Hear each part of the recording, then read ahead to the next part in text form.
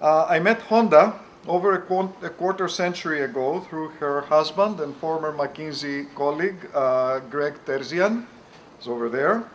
Over the years, I've marveled at Honda's Hellenist focus in terms of its depth, persistence, insightfulness, and openness.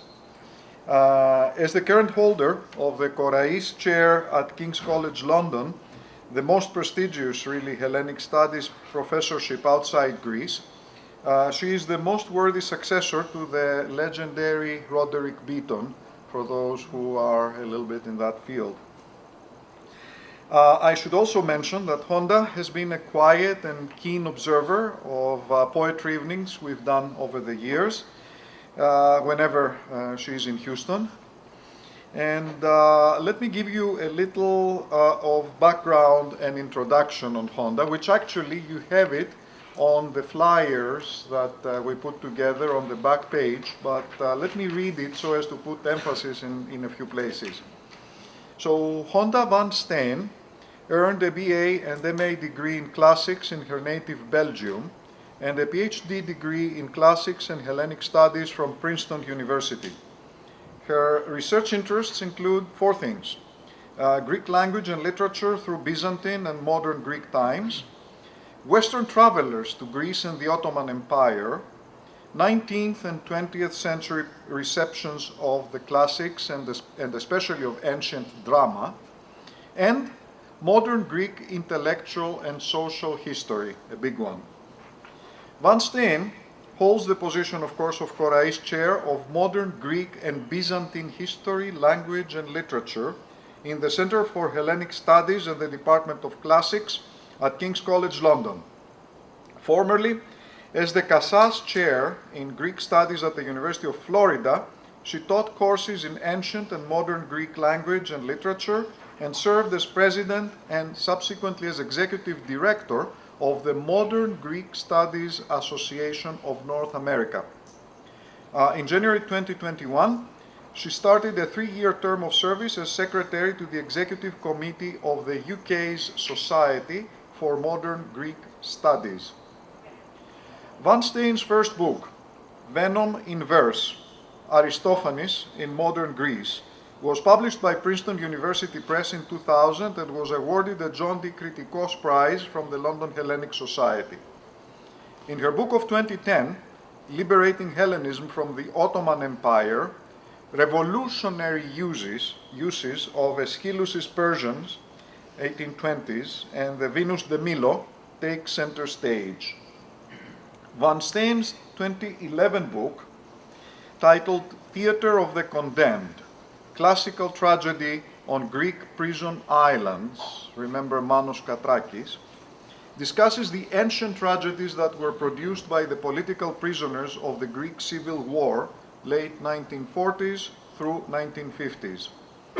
Van Steen's 2015 book, Stage of Emergency, Theatre and Public Performance under the Greek military dictatorship of 1967 to 74, analyzes theater life, performance, and censorship under the Greek junta. Van Steen has further published articles on ancient Greek and late antique literature, on post-war Greek feminism, a very timely subject since today is the International Day of Women, and on Cavafy.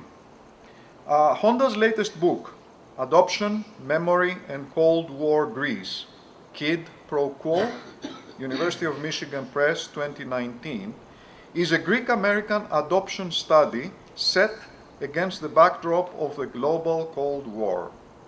It appeared also in Greek translation as «Ζητούνται παιδιά από την Ελλάδα, υιοθεσίες στην Αμερική του ψυχρού πολέμου», Athens, Potamos, 2021. This book, the first study to lay bare the controversial history of the post-war adoptions of Greek children to the USA and to the Netherlands, won the 2019 Book Prize of the European Society of Modern Greek Studies. Van Steen's current book project, tentatively entitled Adoption Reckonings, takes the reader into the uncharted terrain of Greek adoption stories that become paradigmatic of Cold War history and politics. Van Steen also, most recently, published the annotated edition of a post-war and civil war memoir written by an American social worker active in relief services in northern Greece. The Battle for Bodies, Hearts and Minds in Post-War Greece, social worker Charles Schemerhorn in Thessaloniki, 1946 to 1951, and this was just published, I guess. Today's talk centers on a long-term study of the organized mass adoptions of Greek children to the USA and to the Netherlands in the first 15 years following the end of the Greek Civil War, from 1950 to the mid-1960s. This is the period of time where the kids were born, in essence. A byproduct of the Cold War, when Greek agency, let alone women's and children's agency, was at a historic low. This mass adoption phenomenon, which involves some 4,000 children, has been contested, denied, grossly exaggerated, and now also studied and carefully documented, as Gonda will point out. This adoption movement and Greek adoption altogether have remained some of the last social and family taboos that need to be broken, as we can attest, and Van Steen is committed to do her part as a leading academic to make this happen. Before closing, a few special thanks. Thanks for putting together to this event go to our indefatigable, of course, Professor Manos Papadakis. There you are. Classics Professor Richard Armstrong, who for securing the venue for us. George Argyros and Vasilis Papavasiliou for help with the arrangements. Elias Neofytides, of course, for video, publicity, and streaming. And the moment we were all expecting, Athena's Greek and European Kitchen at 13,250 FM 529 for the wonderful food that was both catered and offered for this event. So without further ado, I take my seat and the podium is for Gonda. Thank you.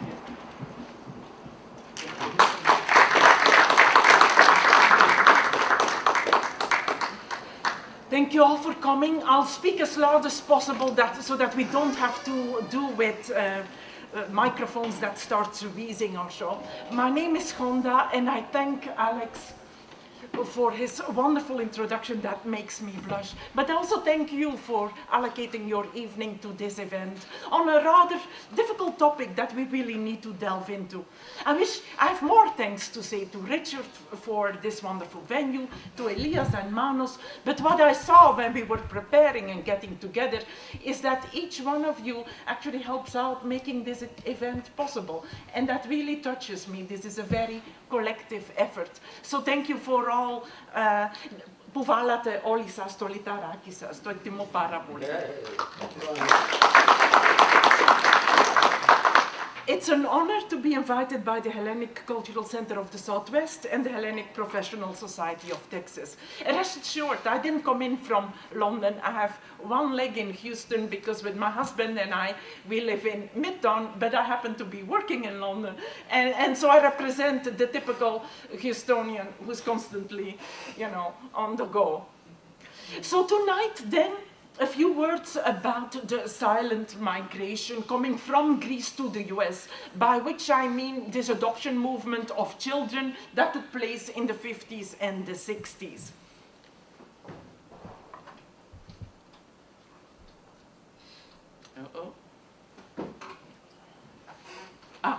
Okay. So how does one begin on a topic of adoption studies? And the truth is, had you ever heard of the adoptions of Greek children to the US? Well, I'm glad you did, because I didn't. I know absolutely nothing. Up until 2013, I knew nothing of children being adopted from Greece to the US. So what happens in 2013, a young man from up north, up on the East Coast, writes me an email out of the blue and says, my mother was adopted and my aunt were adopted, and I'd like to learn more about these adoption studies. And I found your name on the internet, and can you please tell me a little bit about these adoptions from Greece? And I thought, what is that? What is that? And I look in the history books, I go through my library, I find absolutely nothing. There is not a single Greek history book of contemporary Greece that spans, let's say, from the revolution to now that makes mention of children being adopted from Greece to the US. But I had promised this young man to give him an answer. And so I start digging, and in the end I got so fascinated that I thought, I'll write a little article about this. And then that little article never happened, but what did happen was eventually the book, because I kept being fascinated, and to this day, this preoccupies me pretty much on a daily basis, to which my husband can attest. So I got curious, and I want to share that quest with you. I got curious. Who are these children? How many are there? Where do they come from? Are they really orphans? Is this a movement that has to do with the Civil War? How long does it last? When does it stop? What makes it stop? Do we find paperwork? Do we find pictures? Do we find newspaper articles? And so you will see that in this talk of about 26 slides, and I hope to bring it all together. My first conception was, okay, I can just about imagine what this is. The Civil War, and before that, the Second World War in Greece had left a lot of families very harmed. A lot of children were orphans. So I could just about imagine that this adoption movement would have been a movement of orphan children going to their Greek-American relatives who want to take them in, or better established. Everybody has a relative in the US or in Canada. I thought this was confined to the kind of aftermath of the Civil War. And I thought it was confined to real orphans. And I thought it was confined to Greek Americans as recipients of these children. Nothing of that is true. And that shocked me. So I immediately have to kind of change my own misconceptions, and I find myself opening up this time gap to which this happened way into the 60s, and today I put the end point of this movement in 1975, which I did not expect at all. But that also means that most of you born in Greece anytime before 75, which is a good number of us, could have been candidates for an adoption movement, and that's a little hairy. So this is very much about learning what happened, but also immediately doing away with my own misconceptions. The good news is that I got a lot of help from people who are adopted. And I started finding them, and everyone knew of another 2 people, and they started giving me their paperwork, and they have letters in Katarevis that they can't understand, and can I please translate these letters and see what it says? And so I started building my own archive, and they give me everything. Their pictures, everything. I can use everything. They want this story to be known. And you will see that the whole talk is illustrated by materials that they've given me. And I'm very grateful for that. And that assistance continues to this day. So it's very much a trust relationship with, by now, hundreds of people. And I'm very grateful for that, because without them it wouldn't have been possible. If I go to the archives in Greece, let's say to the Athens orphanage, and I say, give me all the files from the 1950s, the answer is, hell no. Because these are personal data. I cannot get a single person, as it well should, I cannot get a single personal file out of Greece, but I can be the recipient of what people want to share with me.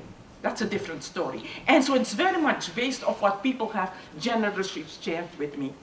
And that give and take, and this is perhaps one of the most beautiful things that has happened in the past 11 years, that give and take continues to this day. I've never in my previous academic career have had such an interactive process. The research, the book, people discover the book, they kind of read it and feel like, oh, maybe this person can answer my question. So not a week goes by without somebody finding me and say, can you help me? And can I show you what I have? And so I'm never surprised when I'm in an audience that for some people, this is actually very personal. everybody knows somebody, and yes, I'm available, and yes, people find me, and yes, I do not mind. This is something I very much welcome. It's been a give and take. They need knowledge, and I learn as we go, and accumulate knowledge that I can share then with the next ones who need it too. So my email is available, and I hopefully, with a name like mine, hopefully I can be found easily. When you Google, I come up, and there's no competition with that name. So, we need to talk numbers, right? We need to talk numbers.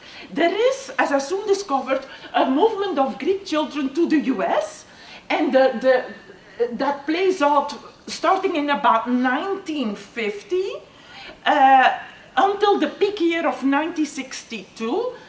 And during those years, we see 3,200 children travel for adoption to the US. It continues on through 1975, but with a trickle. The crack is really 1962. And they come from orphanages all over Greece, but they're not just orphans. You can be in an orphanage without being an orphan. They also come from very many distressed families, as we understand in the aftermath of the war. Very often we see a widowed father, for instance, letting go of his children because he just can't make it happen. We see not only babies travel. I always thought that adoption was about babies according to people's desire for younger children. No, we see children travel up till age 14. So that means if children travel up to age 14, this girl is 10, that means they have a life in Greece. They have a language, they have a religion, they have likes and dislikes, they have a family, they have a village. That's a pretty drastic uprooting. And I want you to remember that because we'll come back to it. And then to my even greater surprise, children also travel to the Netherlands. And sure enough, these people who are now Dutch people, sure enough, they have letters in Greek, and sure enough, they speak Dutch today. And guess what? I actually grew up speaking Dutch, so I felt like I had a target on my back that says, you are going to do this study, and there's no escape from it. But I embrace it. So sure enough, about 600 children travel from Greece to the Netherlands for adoption. And I never knew that.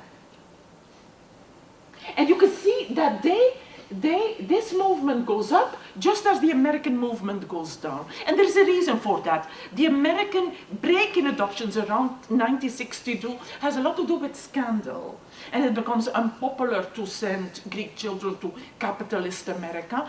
And then there is innocent, little, gentle Netherlands willing to take these children, which doesn't sound imperialist at all. And so the movement takes a direction to the Netherlands.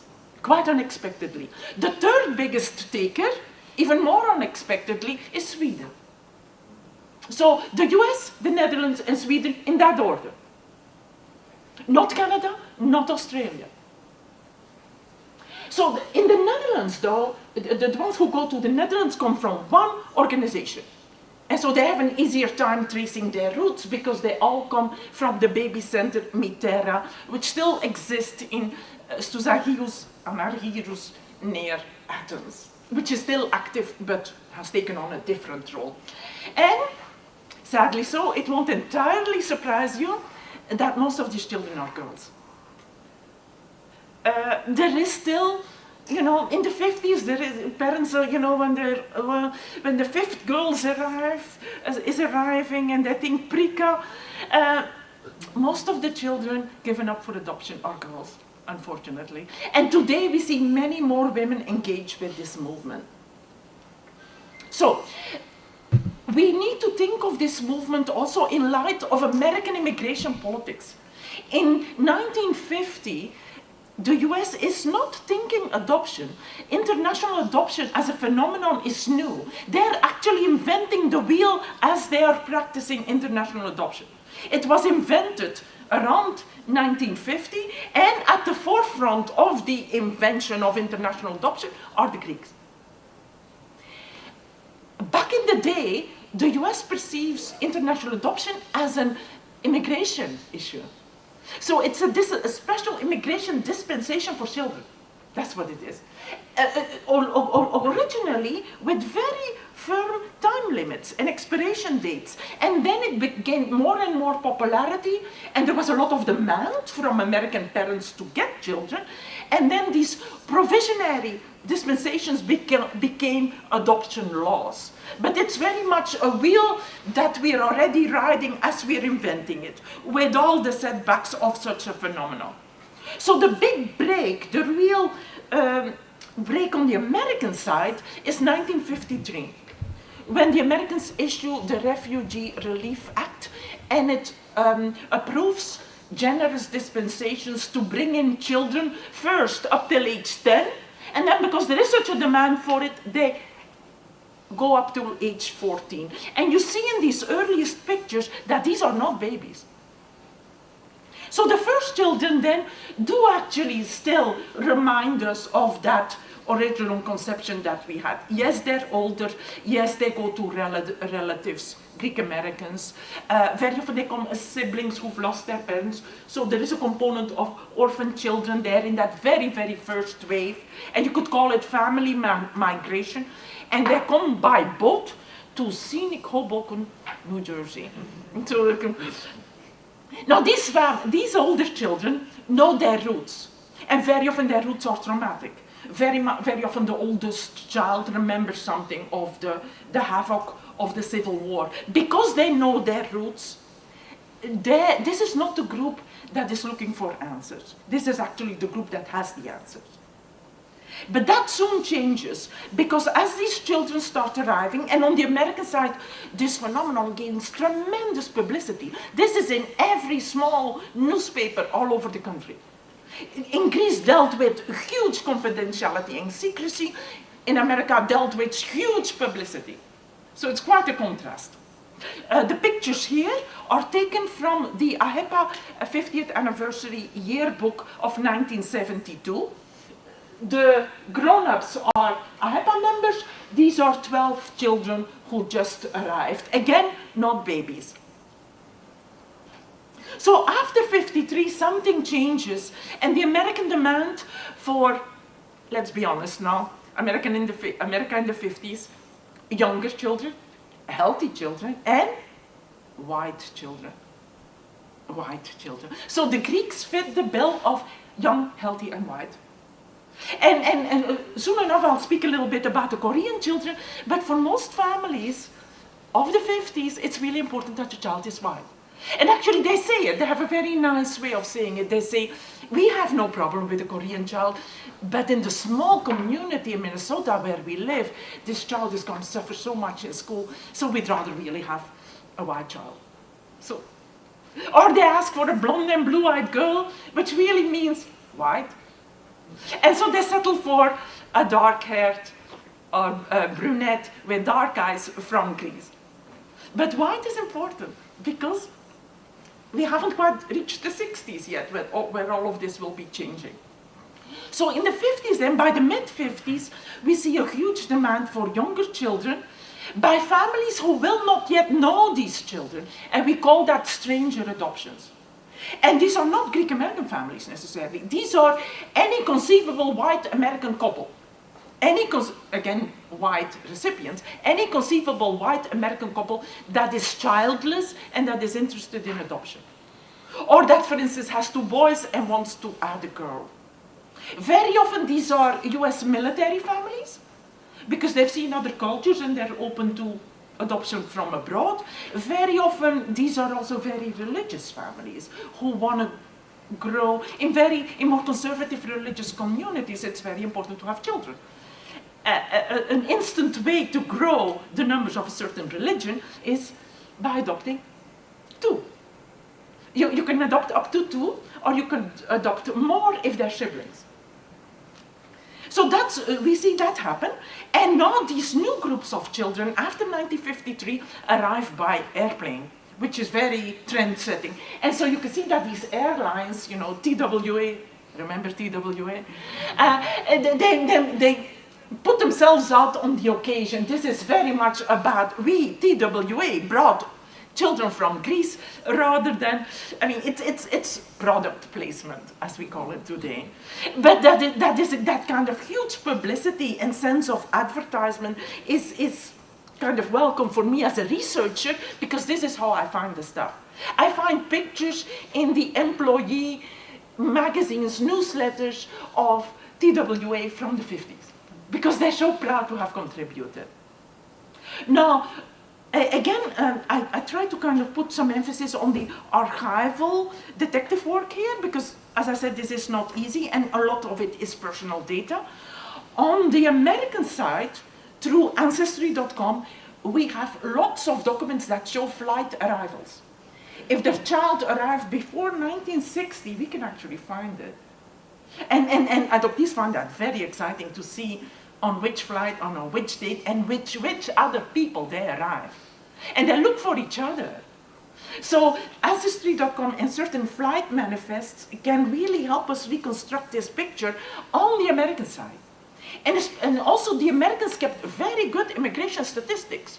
So many Greeks, so many Italians, so many Irish, so many German. So the American statistics are very accurate, very objective, right? And on the Greek side, there's hardly anything. In 1957, the Greek ministries sent letters to each other, which we have found, and they say, this phenomenon is growing so big and it's escaping us, we can't get a handle on it. What should we do? Should we try to catalog it, or should we just give up? And they just give up. And so there is no such thing as a list of people who left on the American side, on the Greek side, on the Greek side. Even though, I would say 95% of the children traveled with a Greek passport. So there should be an entire archive of passports that went to children, right? But nobody's actually ever made the effort of putting it together statistically and numerically from the Greek side. Since I'm really kind of, I never could believe how big the phenomenon was, so I started keeping a list, and we have now located 3,000 of the 4,000 people. So I'm very proud of that. So, as I said, these people come in, these young little Greeks come in as immigrants, emphasis on immigrants. The 1950s presents us with a very tight climate on letting adults in. If you are from Greece, you fall under tremendous scrutiny as to whether you have a communist leftist background. These are the McCarthy years. They know there has just been a civil war that was just about that. As an adult coming from Greece in the 50s, you have almost zero chance of getting in. And you have below zero chance if you come from a leftist communist background. But children are different. Children are supposedly a blank slate. So children are the best possible immigrants because children are neutral territory. So when you see on these immigration documents, you know, any communist affiliations, too young to have been involved, right? Which memberships in which organization? It doesn't apply to children. And that's why children can get in from other countries as well, in proportionally bigger numbers than adults would ever get through. So it's like the 50s almost like going through the eye of a needle for adults, but it's much easier for children. You can then also see, of course, that we are by now very much in a Cold War climate, whereby America feels that they come to the rescue of children who, you know, with that threat of communism in the 50s, who could put, Greece being the last country on the Balkan Peninsula that hadn't gone communist, that it is very much also about saving children from the Red Menace. That is a sense of like proving ourselves as a democratic society by getting poor children out of Greece, with all the salvation language that comes into play, and kind of in a way showing off against the Soviet Union that this is what we do for children that we don't even know. There is, however, a certain ignorance about Greece. And I could not resist pulling a few newspaper articles together from nearby, Galveston Daily News, 1956. And this leads like a fairy tale. Across the sea in Athens, Greece, thousands of children, underfed and underclothed, are crowded into an orphanage. The orphanage has no heat, and the staff is hardly large enough to care for all the children. However, 2 of these little Greek orphans are about to undergo the most wonderful experience in their young lives. So this is the story of a fairy tale. Does it correspond with reality? Actually, no. In 1956, this is not the state of Greek orphanage. A Greek orphanage at this time may be full, but it's immaculately clean, and there's no shortage of food. In fact, most of the documents on these children say that they should well lose a little bit of weight. Oregon, and this is the ideal. The boy will be a Texan in no time at all. There's a certain joy in seeing a child assimilate. Unfortunately, there's also a certain joy in these newspapers in seeing how quickly the child learns English, great, but also how quickly it forgets its Greek. And there's a certain kind of triumphant tone about that. When I speak to these people today, they kick themselves that they didn't keep up their Greek. It is so hard to recapture it. It is so hard to learn it from scratch. But the model is assimilation. And then from Iowa, the whereabouts of the children's father were unknown. Informed guesses were that he was victimized by the partisan strife that periodically engulfs Greece. This is where I want to point to ignorance about Greece. If the child's father's whereabouts are unknown, then there is no such thing as an informed guess. And who are the people in Iowa to speculate about the Greek Civil War, which by 1956 has been over for 7 years? Either we don't know the child's whereabouts, or we do know, but informed guesses and a little sting against the other side, the communist side, is really quite out of place. It has nothing to do with this child. And it's not a verdict that should be made by the Carroll Daily Times Herald in Carroll, Iowa. So, a good point in this presentation is putting the numbers in a comparative perspective. Until the peak year of 1962, 3,200 Greek children have already traveled for adoption from Greece to the US. Their number will eventually go up to 4,000, but as I said, it tapers off. If you compare that to Korea, also a Cold War conflict state, just over 4,000 Korean children have by now traveled from Korea to the US. Now you're going to say, Korea is in the lead. I'm going to say no. Korea has 4 times the population of Greece. So yes, in absolute numbers, Korea sent higher numbers out. But proportionally, with Korea having 4 times the population of Greece, wow, that put Greece numerically analoga very higher. A disproportionate number of children leave Greece. After Greece has already seen the pedomazoma, 28,000 children taken over the northern borders, and the pedophylarma, X number of children taken into the pedopolis in Frederiki. It's amazing that 4,000 children could be found. It's a startling number, and a startling number that not only traveled, but that was then also forgotten. And that intrigues me to this day. And it intrigues me all the more because there was no shortage of publicity around it. Here is Danny Kaye on the Acropolis. He was there to inspire the troops, to support the troops, but here is Danny Kaye with orphans on the Acropolis. And again, the picture is, look how wonderfully positioned this is. The Acropolis, white marble columns, white aprons, Greek children are white, their legacy is entirely white, their history is entirely white. These are the perfect children for celebrities to be engaged with, for celebrities to promote the adoption of. And it is a little bit painful that the Greek child is associated, the Greek child that has to be a blank slate for quick assimilation, even when it's 14, cannot be associated with Civil War history, but is associated with 5th century BC Greece. It's an interesting reflection on what history we carry. More celebrity adoptions. The lady in white is Princess Sofia, later Queen of Spain, who did her training as a child nurse at the Kinder of Reform Mitera. So it all comes full circle, right? Next to her is, you get the prize of the evening if you recognize her, Jane Russell. Jane Russell, the one kind of looking strategically over the shoulder, really camera aware, holding a baby.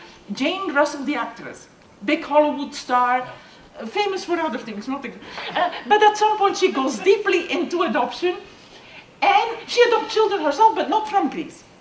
And quite controversial adoptions. But here are Princess Sophia in collaboration with Jane Russell meeting Greek children at the airport in New York. And again, they range from babies to 12 years old. And this is 1958. And again, of course, the newspapers are all over it. Here you get a better picture. This is Jane Russell in a more recognizable picture. She's again accompanied by 2 children that she helped bring to Los Angeles for another family. And the children are kind of studying where Greece is on the globe. I think they're approaching it. But the children are also, how shall I say, integrated in fundraising for the organization that brought them. Like I said, publicity and a certain kind of propaganda around it are not absent from this movement. If you did that today, you'd be in huge trouble. Huh? The people who are totally invisible in these pictures are the birth mothers. And on an International Women's Day, that actually requires special mention. The focus is always on the adoptive parents and the great work they're doing, the celebrities involved, the mediators, about whom I will speak later, but the birth mother disappears completely. As soon as he has relinquished the child, it's as if she doesn't exist anymore. She is minimally present in the paperwork. Very often we don't have a name at all. Sometimes the name existed, but as the paperwork goes forward, the child is all of a sudden an orphan. How did that happen? So you can kind of see that a birth mother is conveniently made invisible. I must emphasize that most of these adoptions are based on unwed mothers, unwed young mothers, voluntarily relinquishing the child. Not because they don't want it, but mainly because Greece doesn't really have a place for unwed mothers in the 1950s. It's about as bad a position as you could possibly be in. Unwed motherhood and the stigma of the illegitimate child and all the ugly Greek words that exist for illegitimate children. Not always relatively clean, there's a lot worse. It's really a bad situation, both for mother and child. So she feels, as a young unwed mother, typically without support, very often without support from her very own family, that the best thing she can do is give up the child for a better life. And thereby also secure a second child for herself. Because Greek society back then will tell you that you can't find a husband if you come with that illegitimate child. This is tough. And when we occasionally find these birth mothers, because they were so young, we have actually a slight window that is still open of occasionally finding them. And then we see how much pain it caused them.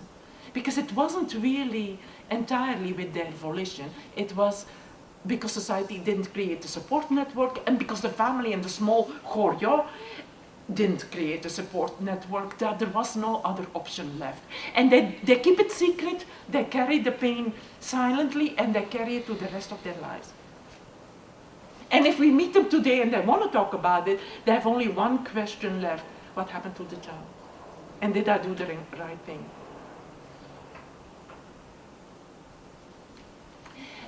Because there's so much stigma attached to having an illegitimate child, you see that a lot of these children are delivered to orphanages. We call them vrefokomia, with notes.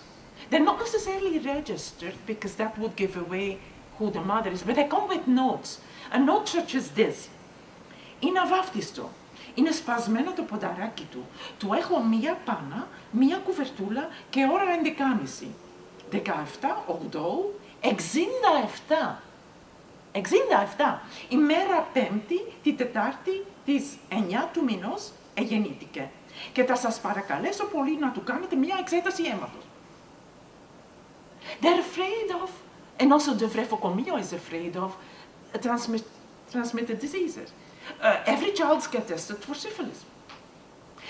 No child will be accepted for a visa or a passport without having been checked by American doctors before it's issued a visa and a passport. So health is very important. And so you can tell that there is a certain concern here about the child, but it's also a message of relinquishment. And there's nothing there that identifies the mother. And so if you come with a note like that, it's, yes, there is a certain care, but it's also the last physical contact with the mother who distanced herself from it. These notes are actually quite heartrending. There are a few more. They're on display. They used to be on display in the orphanage in Patras, from where a lot of these children come. And then we made a mistake by going to Patras so often and studying these notes so carefully that one day they just disappeared. We overdid it. We overdid it with our attention. So here's that note. You see, Ina Vaftisto. Sometimes the newspapers make an announcement of a foundling child in the hope that the mother can be found. There was a certain kind of mechanism attached to the orphanage, which we call a vrefodogos, and it is exactly that, a baby receptacle, and it works a little bit like a library slot that you open. You put the baby in, you strap it in. At night, you ring a bell, you know that the baby is taken care of, but you can leave it anonymously. And this happened a lot. And it's quite painful for people now to know that they never even came with a name attached. That's, how do you start looking when you don't have even a name to start with? Here's another one, harder to read. Γεννήθηκε ίστας and then 5 January or 5 July, it's a little hard to make out, 58, το όνομα Despo. Σας παρακαλώ, τρώει πολύ, είναι φαγανό. Just in case. I mean, like, give this one a little bit of extra food. So there is care involved, but there is also kind of handing over responsibilities for the child. Some come with entire letters attached, and somewhere in the middle it says, το παραδίδω εις ημάς προς υιοθεσία. Mothers can give birth in Greece without showing their ID card. So even if there is a hospital record, it's not even necessarily a correct one. That changed later. So who are then the people who mediate these adoptions? The people who invented the blueprint of how to do that are actually the AHEPA, well known to all of you. The AHEPA, founded in 1922 in Atlanta, had already many years of experience of bringing in immigrants from these adults and helping them settle, preparing them for a society that works in English, rules that work in English, working with the church but not necessarily belonging to the church. That's the AHEPA for you. Powerful across the US with chapters everywhere.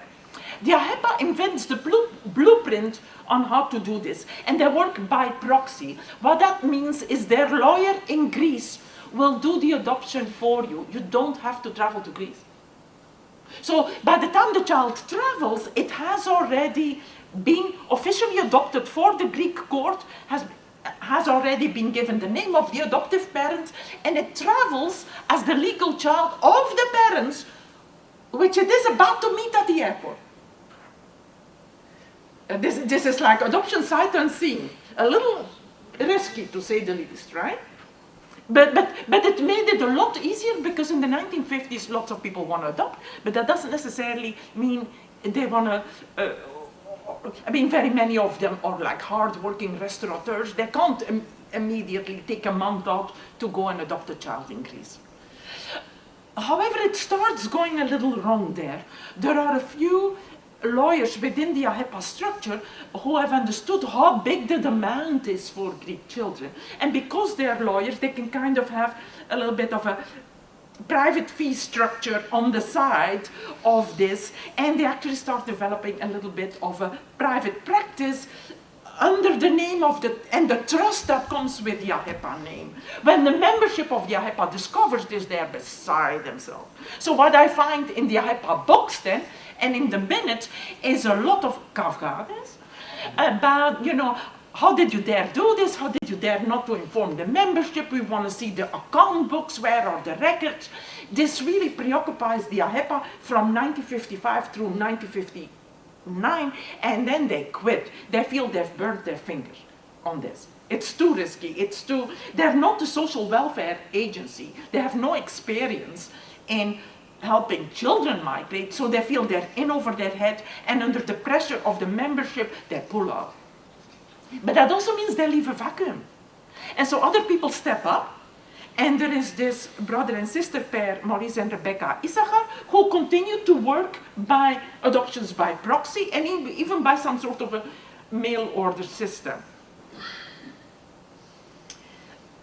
There is a priest in Texas, in San Antonio, who single-handedly handled about 80 adoptions.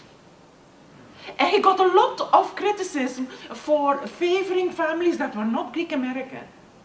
He worked with families that wanted a child, not necessarily Greek American. And so you can tell that for people who have no experience doing this, this is pretty hard territory to tread and to keep the parents happy, the congregation happy, the orphanages back in Greece. He eventually doesn't last very long either, and he pulls out in 62. The International Social Service is actually quite a model of how to do these adoptions back in the 50s. They are the only ones who put proper files together. And I emphasize this. The other adoptions happen with a minimal amount of paperwork. It didn't matter. It didn't matter. Nobody ever thought that these children, 70 years later, would look for every little scrap of paperwork that is about them. It didn't cross their mind that these children would grow up and have such a desire to learn whatever little piece of information. Where was I? How long was I there? Who handled me? Who baptized me? Who gave me this name? They want to know. They want to know it all. And for most of these organizations, there is nothing in the files. Nothing.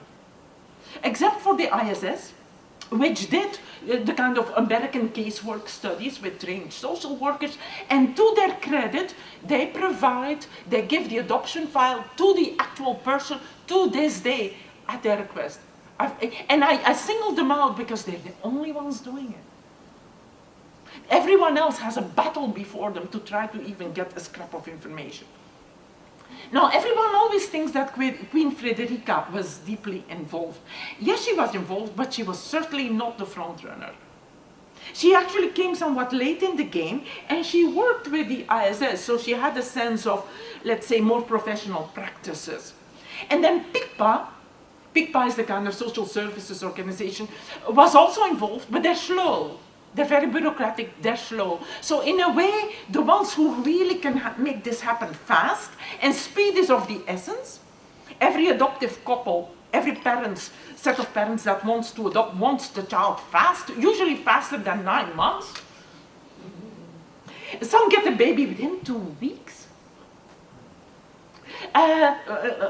So speed is of the essence. Most of these organizations like PICPA are too slow. And so you see that lawyers who can handle this and who've understood how this works can really kind of create a market by speeding up the process. So we see that various people try their hands at it. Even travel agents get in the mix. And needless to say, sometimes with deplorable consequences. You see these parents on the receiving end happily smoking the cigars. So here's what I want to emphasize a little bit, what happens when people start competing for access to children. And this is the moment that I get uneasy, because I'm all about looking for a family for a child that needs the family. I'm a little less easy when as in this text, it's about dissolving a family so that another family can be formed. So what does this text actually say by Rosakis, who's a Greek politician and lawyer, in 1961? Not exactly a crisis year like 48 or so. He says, first of all, you're going to meet birth parents. Don't tell them that you already have 2 children. Meaning, take my cue and lie about this, please, so that we can make a better case, and they'll pity you. And if they know that their child that you want from them is going to be your only child, then they also see better opportunities for the child. So he pretty much says, you're going to meet some natural parents. Please lie to them. This is how you do it. And then he says, look, we're not going to go through the orphanage. The orphans are foundlings. Our foundling children are very rare and not too healthy. When you throw in the word healthy, Americans get uneasy. Not too healthy means... So what are we going to do? And we're going to turn to poor and having many children families. This is his English for polityknes οικογένειες. And then he says, all it takes is that these people, it's enough for the natural parents to make an official abandon act or declaration before a public notary. And this turns my stomach. So a family that has never given up children, we're going to try to convince them to give up typically the newborn girl. Much easier than going through an orphanage, way too much paperwork, and you don't know if these children in an orphanage are even healthy. We're going to do it, we're going to work with natural parents.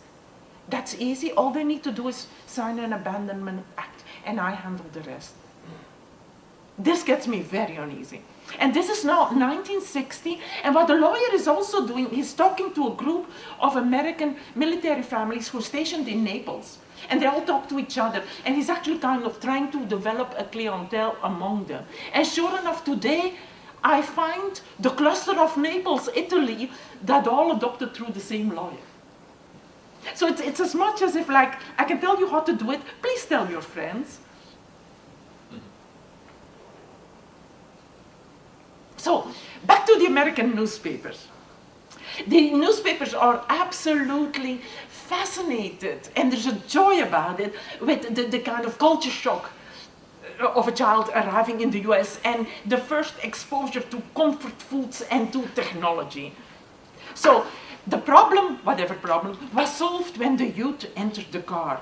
He joyfully bounced on its seat, pushed all the buttons he could find, and made himself at home. The boy's favorite pastime is eating. He shovels food in with both hands, like any youngster who's been kicked around orphanages most of his life. So food and the fanciness of comfort goods of the 50s are very prominent in these articles. The articles talk about the first exposure to pancakes and chocolate and spaghetti and pizza and ice cream. And then Pasadena, California, Chris, the Greek boy, had an aversion to bats at first, but I think that's mostly because he'd never seen a tub before. His new mother said, we had to teach him how to use a toothbrush and a comb too.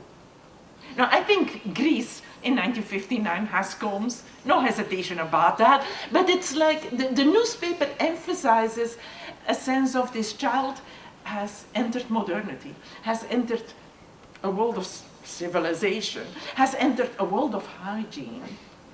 Because the association is that Greece does not have that, even though that is an inaccurate picture. So I find myself reading a lot of these newspapers and the kind of sense, they clearly give you a sense that no matter how old this child is, even if it's 14 years old, this child's life starts the moment it touches the ground in New York. But not before. It's as if the before is a big black hole. Now, does Greece know anything about this? Yes. This is a cartoon from 1959, Karamanlis, recognizable by the eyebrows. And he's being accused of kind of playing a tit for tat with the Americans. Karamanlis has a Pendites, a 5-year economic program, development program that requires American investment. I mean, deep American pockets. And so there is a bit like You want children, we want money, we can do this. And that's how the newspaper perceives it. In 1959. So this has never been a secret.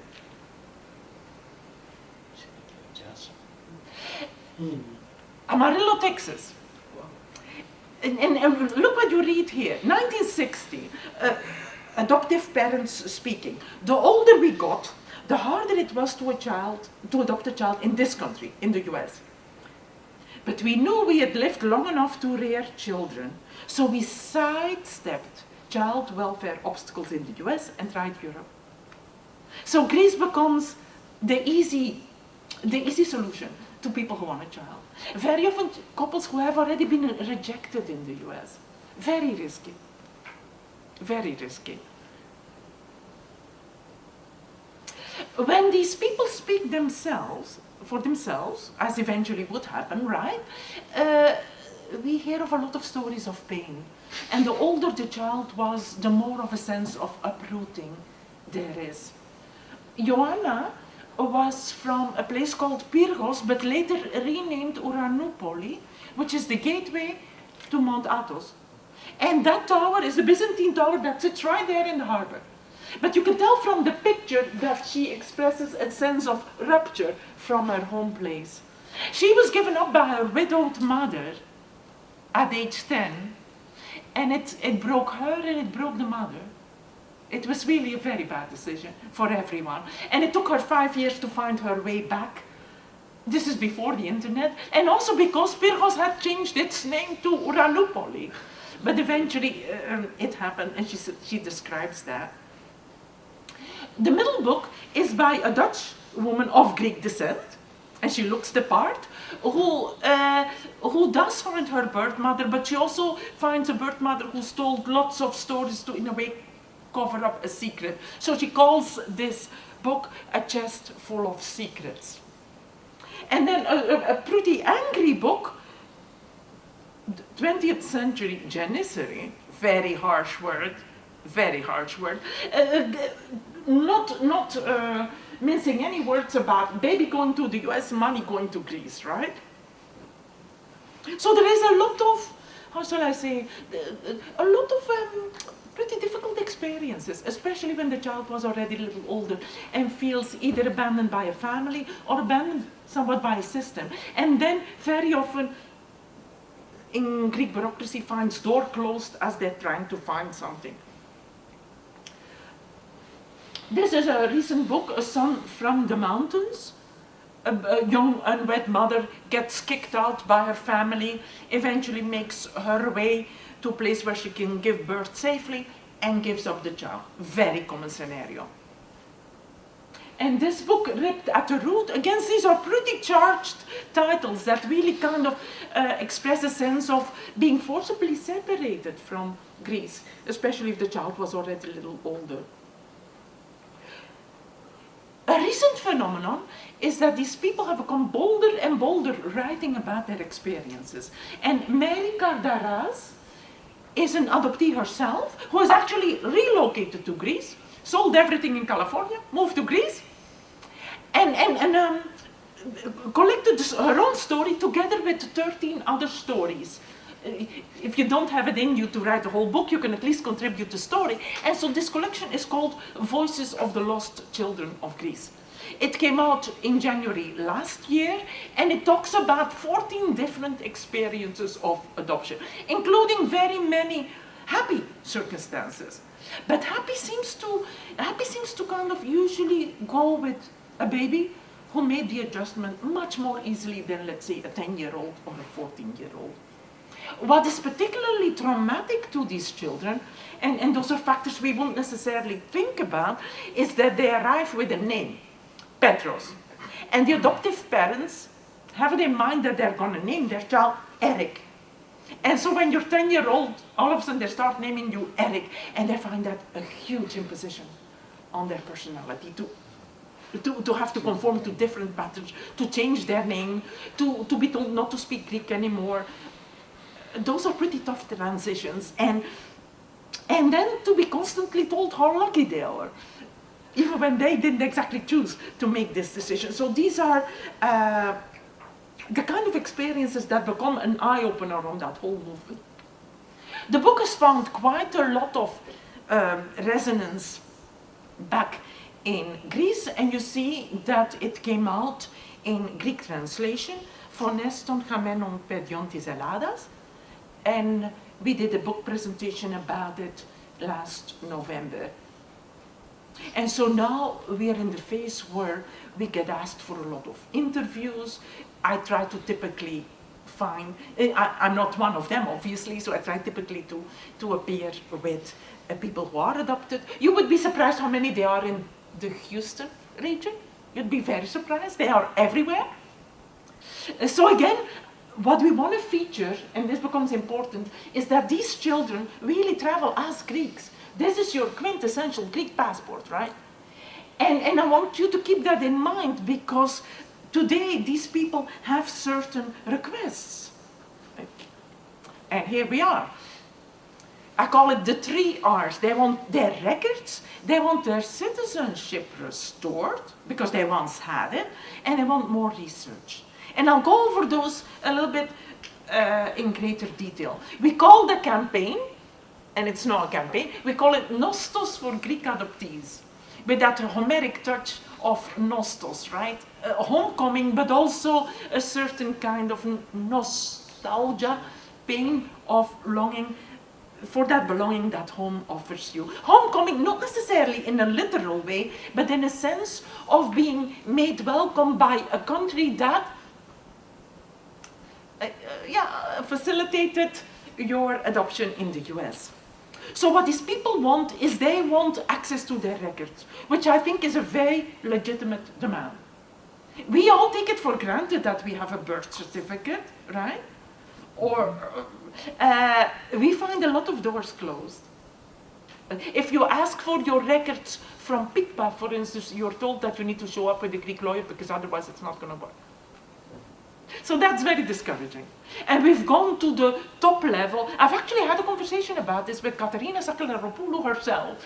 And she's very understanding, but she tells me she can't micromanage. Okay, but we keep at it. So records, because we realize that if we can put together as much information on everyone as possible, then the second case becomes more easy as well. These people want their citizenship restored. As you can tell, you wouldn't be issued a Greek passport if they didn't consider you a Greek citizen, right? If you try to issue your passport again now, you have to provide paperwork of your adoption, if you have it, which is why we need it, and you have to document every single name change. From your birth name, if you have it, to your adoptive name, to your married name, to name after divorce, the whole sequence, which not everyone has. And you have to be able to prove that your birth father or birth mother was a Greek citizen. But if you're dropped off anonymously, how's that going to work? And so it's very, very hard. But I support it because, look, if you were born in 1953 in Patras and within 24 hours left at the orphanage, what else are you going to be but Greek, right? I mean, really. So there should at least be the kind of default presumption that you're going to be Greek, even if your mother's name is not known. But still, you know, it's a little bit of a tick-the-box mentality. Where's the birth certificate? There is none. Where is proof of the mother's citizenship? Well, we don't know the mother. We certainly don't know the father. You're stuck. And then, God forbid, that, and you, if some of you have tried the citizenship procedure, you know what I'm talking about. God forbid that there is a misspelling in the name. Kavadias with 2 V's or Kavadias with 1 V, you are in trouble. Kostas versus Konstantinos, you are in trouble. It's not considered the same. I mean, so we have an uphill battle to fight, and we hope that there would be more political will present to want to correct this. Because they could literally, I mean, look, these people are approaching age 70, right? If they really ever want to enjoy Greek citizenship, it better happen fast, right? And also, we're talking about 500 of some 4,000 who would want Greek citizenship. They're not exactly going to go out to vote. I don't think they're interested in that. What they're interested in is going to Greece, staying longer than 3 months, spending a bundle of money, bringing their children and their grandchildren. This is the most beautiful form of what we call mild tourism, epioturismo, that can only benefit everyone. A huge economic infusion if you want, right? If you want to look at it in sheer economic terms, this is something to celebrate, that these people want to belong, and that they want to belong in a real kind of way, not in a superficial, touristy way. So we're fighting the battle on that. If anybody has a meso, let me know. Let me know. We're not shy. We're not shy. Something's happened with the meso. If anyone is better connected than I am, hey, we're working for a good cause. That's what keeps me going. You have to look next to Alex. Yeah, now the honorable consul. Yeah. You heard me. And then, of course, and this is a bit more selfish, I would want to see more files opened to yes, we've done a lot of research, but I would like to go about it a bit more systematically, let's say. But the adoptees are not too concerned about that last part. That's just me talking. And I think I've kept you long enough. I want to thank you for your sustained attention. Thank you very much.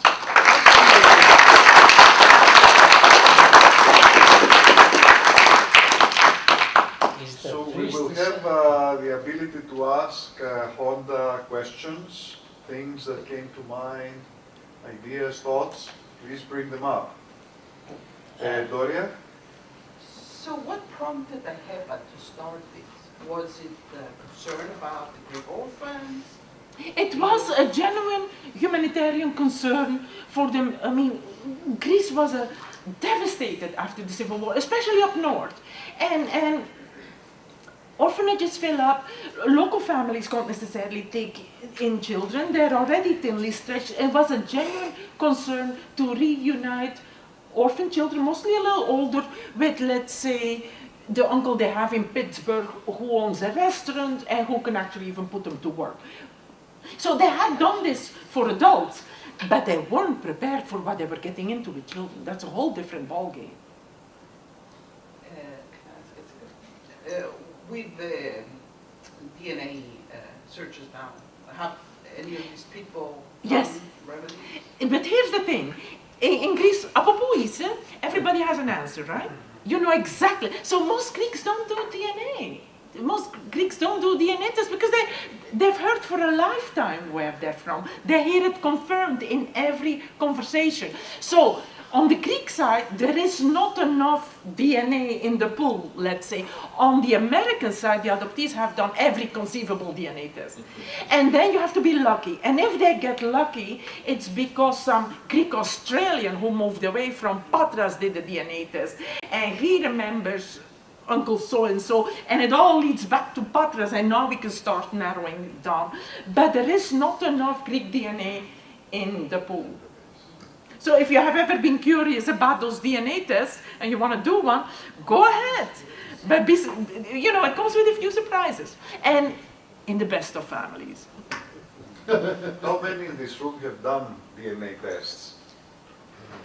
Well, I got a new DNA test that I just did, So is it's to about check out if there's any not too diseases in Yeah. my, Yeah. so the Memorial Hermann is doing it free, and I did it, and I Yeah. just got today an email saying they received my sample, they're Yeah. working on it. But it's very interesting because you learn a lot about the migration within your very own family. Yeah. My DNA is 97% Trapezunda. My family There you are. for thousands of years were in Pontus. Yeah. And then in the 20s, Yeah. and they went to Russia, and from Russia to Yeah. Greece.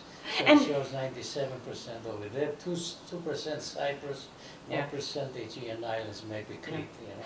And Greece is a bit of a difficult case DNA-wise because so many Greeks come from Turkey, but of course they're not Turkish, but yet origins and then the Dodecanisa roads are also a problem because they were under Italian governance for so long. So there may be actually factors that point that you may be from Rhodes, but it points to Italy, but it's really because history doesn't necessarily correspond with ethnicity. You see what I mean? Well, on that one, there is also over time, there is a lot of shifting Yeah, in the exactly. results because the databases become richer Yeah. and they keep narrowing down the different regions Yeah. that they present. It's a science that has progressed dramatically over a few decades. And you can actually see your own profile change within the course of the year, of several years. I did a presentation on my own genealogy a few years ago. Some of you may remember that. It's still on YouTube. 2020, exactly, it's on YouTube. I was found to be like 30% Italian, 25% Turkish, and like 40% Greek, something like that. Now I'm found, I tried with the same DNA, Ancestry.com. Now the verdict is like 59% Crete, 24% rest of Greece, and the remainder Eastern Europe and Cyprus, as a matter of fact.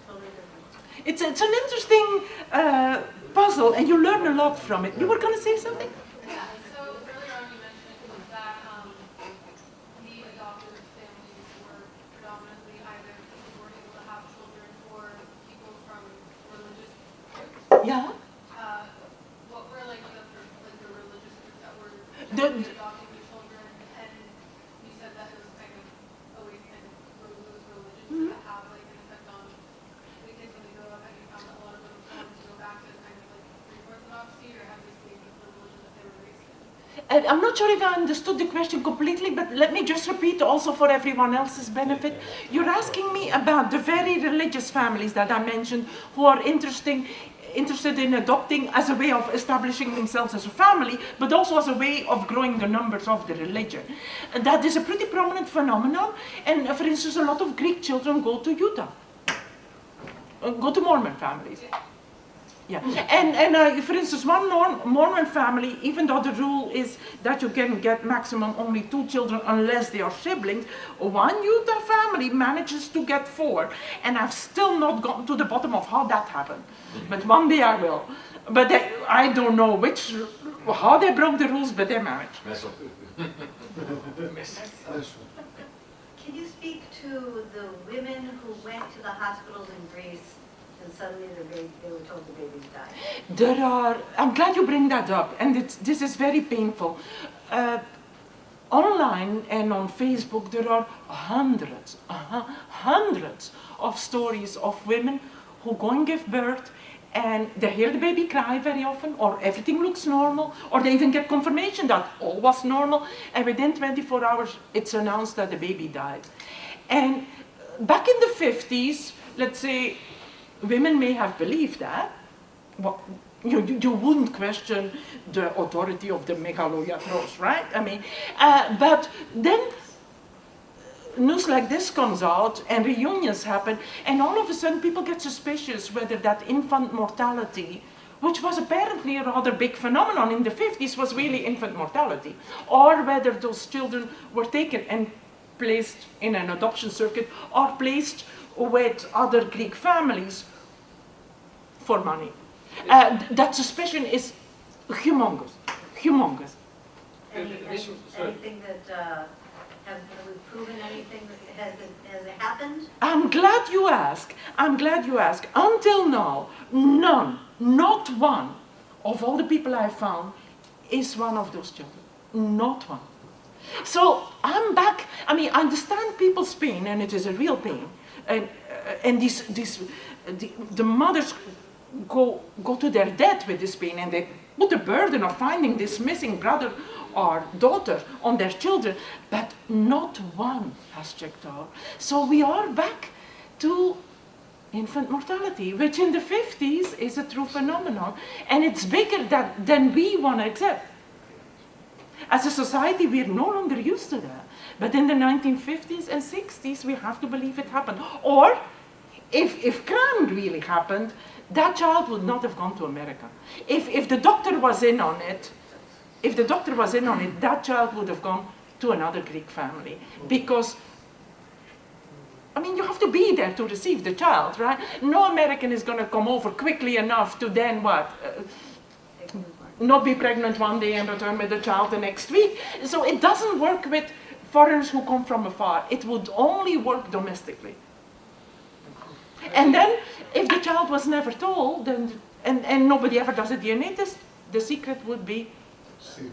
forever sealed. But as much as it's literally everywhere talked about, I have a sense that it can't be as big as we fear it is, that it doesn't check out. May I say, this exactly what you say happened and was exposed with great embarrassment and scandal in Spain with the collusion of the Catholic Church. In Spain there are such cases, in Argentina there are such cases. What distinguishes the Greek case from, let's say, the Irish case, the Spanish case, the Italian case, is that the church isn't very involved. None of these orphanages is actually a church institution. It bears no comparison to these punitive Irish Catholic laundry facilities, mother and baby homes, nothing. So in Greece the orphanages are municipal. Δημοτικό βρεφοκομείο patron. There is no, the priest may be involved, like the one in San Antonio, but that's a private initiative. There is not that same kind of punitive, breathing down your neck, as you see the Catholic Church do in Ireland. And really making the mothers feel like they're totally fallen women and put them into facilities of slave labor, pretty much. That phenomenon, which is so barbaric, is actually absent from Greece. And I'm kind of relieved to discover it. The church, actually, the Archdiocese of North America contributed in a very kind of, dare I say, secondary way. They contributed recommendation letters on behalf of Greek American couples who wanted to adopt. That's where I find the church involved. In the same way that an employer would be asked to testify about a father that he has a steady job and, you know, this is a functioning marriage, that kind of thing. Recommendation letters, I mean, 3 lines on paper, right? There's very, very...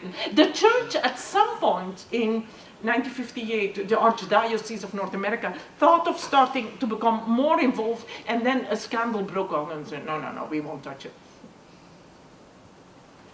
There's many sources that relate emphatically this kind of adoption process to more political concerns, given that at the time in Greece there was a huge rift, a lot of hatred and division between the two sides, the winners and losers. And so Queen Frederica was one of those that was accused of taking advantage of the situation, the political situation, and mounting, getting all those children to their homes that she created. To the pedoport. Could you elaborate on that? Yes, I'm glad you bring me back, because that was actually remember that young man who sent me an email? And who got me started? His mother and aunt, and now it becomes very political, were the children of Elias Neofytides. And Elias Neofytides was executed by firing squad the same day that Beloyanis was executed, in 1952, as a communist spy, traitor of the country. But our focus is usually on Beloyanis, who's quite an icon in the Greek leftist history, but Beloyanis was executed with 3 other people. There were 4 of them. And Elias Neofytides had 3 daughters, one who was already 14 and who was actually collaborating with her father. She was too old for adoption, and she was too communist for adoption. She was considered, at 14, she was considered a leftist adult. But he had also 2 younger daughters. And those younger daughters were given for adoption after their mother committed suicide. So it's a very tragic story, because the state executed their father, their mother buckled under the pressure and committed suicide, and all of a sudden the children are orphaned. But how did we get there? In the US? And they were sent to the US, to a very wealthy family in Massachusetts. Which is the ultimate messaging to the communist relatives who want the children, that you cannot do for parents. And not only that, but we rub salt in the wound by sending them to very wealthy Americans in Massachusetts. So by the time the older daughter reconnects with the 2 younger daughters, and they do eventually, they have nothing in common. Nothing in common. Because the older daughter is a hardened, old school left-winger. You know the type, right? And the younger daughters have no clue what that even means. And are quite comfortable in the luxuries with which they grew up. And so the pain is, so even reunion is a very harsh reminder that the rift is complete. The division is complete. But those very political adoptions are the small minority. The bulk, the mass of children are really those children of illegitimate children of mothers who weren't given a chance in this society with so much of a taboo attached to unwed motherhood.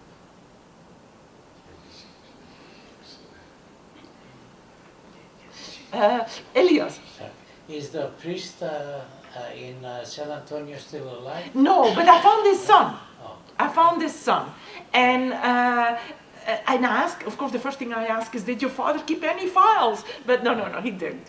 But we talked, and then shortly after he died. Yeah. It's a shame. So people are disappearing very quickly. So none of the lawyers is alive. None of the social workers is alive. Hardly any birth mothers are alive. None of the hardly any adoptive parents are alive, because typically an American couple would try at least to get their own biological children. So by the time they adopt, they're already a little older. So yeah. The window is closing very quickly. So if we want these people to know what they're all about and get their citizenship, we need to give it a little push. Richard. You mentioned this did not develop in Australia or Canada. Was this in part for economic reasons, or I'm just curious why the UK or Australia or Canada developed something? It very much depends on the receiving countries creating certain provisions under which these children can come. And so the US made that possible. The Netherlands made it possible to a private arrangement. And Sweden made it possible to a private arrangement with this one institution. And they, in a way, they kind of beat the rest to it. Yeah. And then, for instance, the UK adopts, and adopts a few Greek children, but not very many, but the UK adopts from Ireland. So, and then of course, now, when we now talk about international adoption, we consider this a phenomenon that is there to stay, but we have to be reminded just how new it was in the 50s. And in the meantime, we've seen the Koreans, the Chinese, the Guatemalans, the Russians, the Ethiopians, you name it. We consider that very normal, but back then it was quite shocking. For instance, I find in the documents deliberations with, let's say, a family that wants to give up one of its legitimate children. And they explain, this really means you sever every relationship. There is no contact. This child will belong to some other family. You will never hear of it again. And these parents sign and then start asking for pictures and letters. And it doesn't sink in, because this is an alien phenomenon to Greece. Greece has seen adoptions, but adoptions within the village, adoptions within the family, all the time. You know, one sister has 8 children, the other has not. Everybody helps solve the problem, and they all grow up together anyway.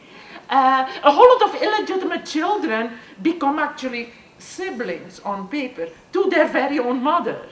Right? So there are very many ways to deal with this and keep an adoption, whether formal or not, within a family or at least the village environment. But sending your child overseas and never hear from it again, even if the parent signs, and they do sign, they don't understand it. And how could they? It's too culturally alien. And so it's also very painful for them, because they think, well, you know, we're going to see these people, we're going to see their names eventually, we're going to learn who this is. No, this is, the confidentiality is like a gridlock. There is no way to information. I was approached by a young woman whose grandmother had given up a child, And the whole family knew it, and her new husband knew it, and they're all looking for this one child who was born on this particular date, and they had got, because the mother has to appear in court, the birth mother has to appear in court to give her consent, she had got the first names of the adoptive parents. And there was one David and whatever, your most American names, right? No last name. And they asked me to find this child. And I find it. And the child has died. And so I tell the young woman, this child has died, and I give her the information, and she says, I really started this, and I don't want to lie, but this time she says, I have to lie to my grandmother because she can't take this. This is too much to carry. And I said, I'm usually in favor of speaking the truth on this topic, but please go ahead and embellish this one because it's just too much. They do not understand the long-term consequences of this kind of separation because it had never been practiced before.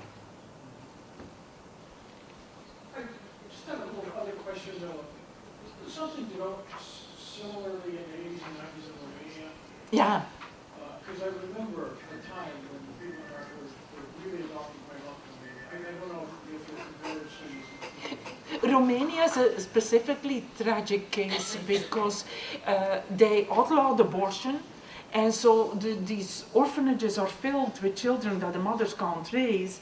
And then there's an episode on 60 Minutes in the US that shows these orphanages in absolutely horrendous conditions, and then all the focus is on saving Romanian orphans. And then that usually happens for a while, but then typically attention will focus to other countries. When the earthquake in Haiti happened, there's immediately this focus on what happened to the children. The Ukraine versus Russia situation is again caught up around vanishing children, right? So it's amazing what strikes me in this. It's amazing how often children are not only instrumentalized in these conflicts, but actually really weaponized. As in that political adoption that I described. Okay, do you have any idea of the 3,800 children that you documented? How many have repatriated to Greece? Not too many. Not too many, because most of them don't speak Greek, and that's a huge barrier. Even those who were raised by Greek Americans don't necessarily speak Greek. And so they find it very painful to. Greek is hard work, and they have to work so hard on it. And they knew they once spoke it, and it frustrates them to no end. So many go on extended vacations, but repatriated only a small handful. The reason I raise that point is take our speaker because we are approaching 9. Oh. And I have the room reserved until 9:30. Okay. Okay. So we can stretch it a little bit, but let's thank our speaker and we can continue because there's the other logistic. I will have to carry these out. I want your help to. Manuel, what time do we have? Officially until 9:30. We made the reservation, but they're not going to come at 9:30 for us. I want to thank you very much for Thank you. For this lecture.